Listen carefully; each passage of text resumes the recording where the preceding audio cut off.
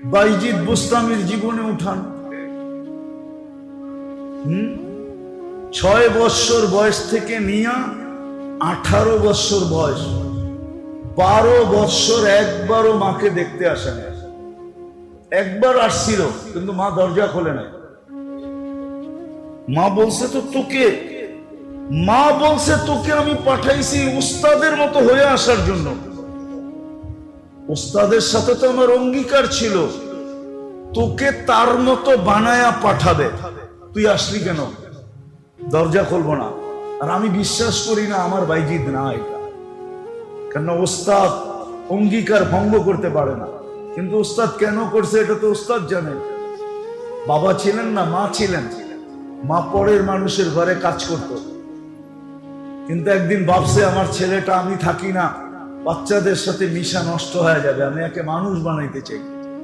তো খুঁজতে খুঁজতে এক আল্লাহওয়ালা পাইছে, মানুষ সন্ধান দিছে, ওইখানে গেছে, বলছে উনি যদি রাখে তাইলে মানুষের মতো মানুষ হবে। অনেক মিনতি করার পরে রাখছে। তো মা বলছে একটা শর্ত আছে, আপনার মতো বানানো ব্যতীত ফেরত পাঠাবেন না। কিন্তু বাইজিদ তো বাইজিদই ছিল, ঠিক না? বাচ্চা হইলে কি হবে, ঠিক না? কি নবী বাচ্চা হইলেও তো নবী থাকে, ঠিক না? হ্যাঁ, বাইজিদও বাইজিদই ছিল। ওস্তাদকে বলছে মার সাথে দেখা করব।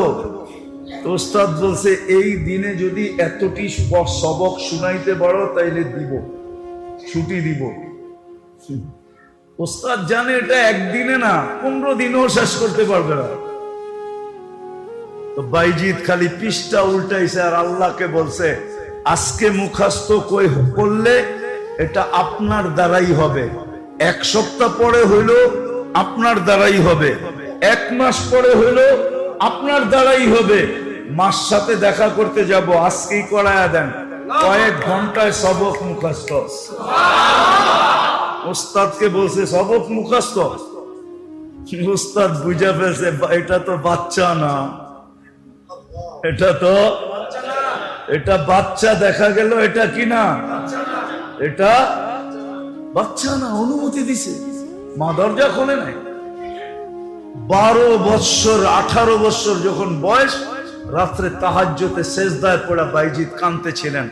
উস্তাদের কাছে আল্লাহ রসুল স্বপ্নে চলে আসছে আর বলছে বাইজিদ কমপ্লিট হয়ে গেছে, পাগড়ি পড়ায়া দাও আর মার কাছে পাঠায়া দাও আর অনুমতি দিয়া দাও বাইজিদ যেন বেলায়েতের কাম শুরু করে। এমন কাম, এক বৈঠকে 5 লক্ষ খ্রিস্টান মুসলমান হয়েছে। এক বৈঠকে শুধু খ্রিস্টান না, খ্রিস্টানের পাদ্রী মুসলমান হয়েছে, পাদ্রী।